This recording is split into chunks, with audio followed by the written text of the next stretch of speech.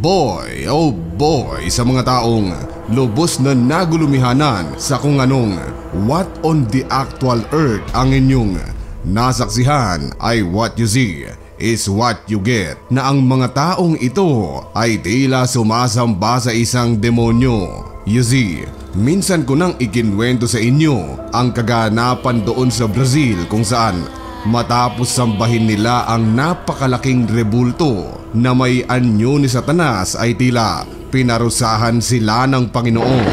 However, meron pa pala, and this time ay hindi lang isang bansa kundi 56 na bansa ang tila nagpakubkob sa kapangyarihan ng demonyo. Bakit kaya humantong sa ganito ang kalapastangan ng ginawa ng daan-daang libong tao? Ang pag-uusapan natin dito lang sa channel na kung ikaw ay may kaalaman, hinding-hindi ka malalamangan. And the story goes like this. Pamilyar na tayo sa kung tawagin ay Olympics. Isa itong event kung saan ang pinakalayon pagbuklod-buklurin ang iba't ibang mga bansa sa pamamagitan ng sports at upang magpalaganap ng kapayapaan. Pero lingid sa kaalaman ng marami ay may smaller version pala ang Olympic Games. Ito ay ang kung tawagin ay Commonwealth Games. Welcome to the 21st Commonwealth Games, and the Queensland Rains did not dampen the excitement of the crowd, performers and athletes at the spectacular opening ceremony. Sports pa rin ito, buddy, pero in a smaller scale. However, tulad ng nabanggit ko ay 56 na mga bansa ang lumalahok dito. Para mas lalong maintindihan ay mag-backtrack tayo. More than 20 years ago, 2002, bagong pasok noon ang New Millennium, at tulad ng sa Olympics ay paiba-iba rin ng bansa ang nagho-host. Sa kung saan gagawin ang mga games, iba-iba rin ang tema ng kanilang opening ceremony. Ginagawa rin ito, buddy, every 4 years. So simulan natin sa taong 2002. 2002 noon ay ang lokasyon ng Commonwealth Games ay sa Manchester, England. In this my golden jubilee year, to declare the 17th Commonwealth Games open.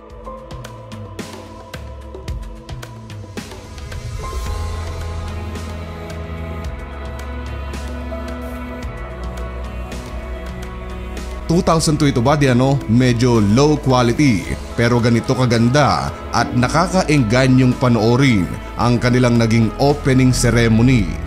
So every 4 years tayo, tingnan naman natin ang sa 2006.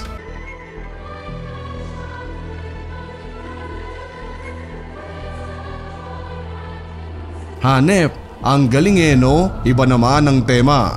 Ito ang sa 2010.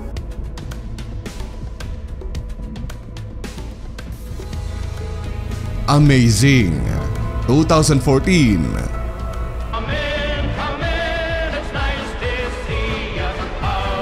2018. Dito buddy tume 1080p na. Paganda na ng paganda ang nagiging quality at parang nasa mismong palaro ka na rin.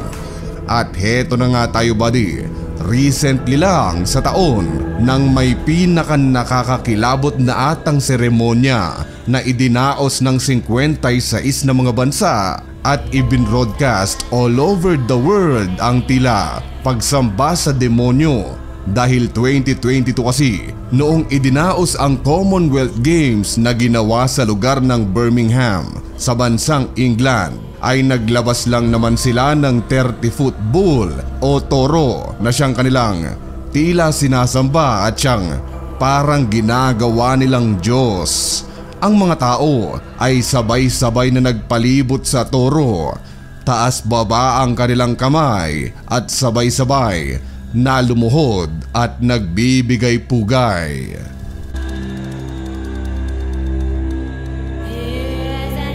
Teka. May naririnig ako sa bandang likod. Sige, matayo ka. Kaalaman, ano namang masama dyan? Parang show lamang ang lahat. At the end of the day, ay toro o bull lang naman yon. Meron din namang toro ang mga matador ang siyang ginagawa itong laro. Well, maganda. Gusto ko ang tanong mo, buddy. Talagang nakikinig ka sa ating istorya. Pero alam mo ba na may istorya na mababasa sa Biblia kung saan nang makitang gumawa ng rebulto ang mga Israelita na may hugis toro ay may tao na may malaking role sa Biblia ang siyang labis na nagalit. And I quote, tatagalugin ko na lang para pare-pareho nating maintindihan. Presenting the story of Moses and the Golden Bull. Woe unto thee, O Israel! You have sinned a great sin in the sight of God. Noong bumaba si Moses mula sa bundok, tangan-tangan ang 2 tableta kung saan nasasaad ang 10 utos ng Diyos ay nakita niya ang mga Israelita na sumasayaw, kumakanta sa paligid. Nang ginawa nilang gintong toro ay lubos siyang nagalit sa ginawang pagtataksil nila sa Panginoon. Unto thee, O Israel, you have sinned a great sin in the sight of God. Itinapon niya ang mga tableta at nasira ito sa paanan ng bundok. You are not worthy to receive these 10 commandments. Those who will not live by the law shall die by the law.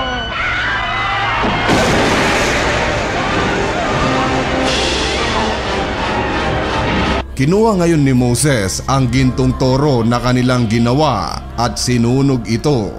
Pinulbos ito ni Moses at isinaboy sa tubig. Ipinainom niya ito sa mga taong sumamba rito at sinabi sa mga Israelita na gumawa kayo ng isang napakalaking kasalanan at ngayon pupunta ako sa Panginoon at gagawa ng kaparusahan sa inyo. Sinabi noon ng Panginoon kay Moses na dalhin niya ang mga tao niya sa promised land na kung tawagin ay Kanaan. Natapos ang chapter na ito, buddy, na may sumpa. Parusang iginawad ang Diyos, isang matindi at nakakahawang sakit ang ipinataw sa kanila papunta sa Kanaan. Buddy, kung gusto ninyong i-cross-examination ang kwentong ibinabahagi ko sa inyo, ay ito ang mga bersikulo na pupwede nyong basahin mismo sa inyong mga Biblia dito man sa online o sa offline upang mapatunayan nyo rin sa inyong mga sarili ang aking mga sinasabi. And while you're doing your cross-examination, buddy, baka pwedeng pakilike naman ang video at mag-subscribe. Pakikalembang na rin ang kampana para pag nag-upload ako ay isa ka sa mga mauunang makakapanood.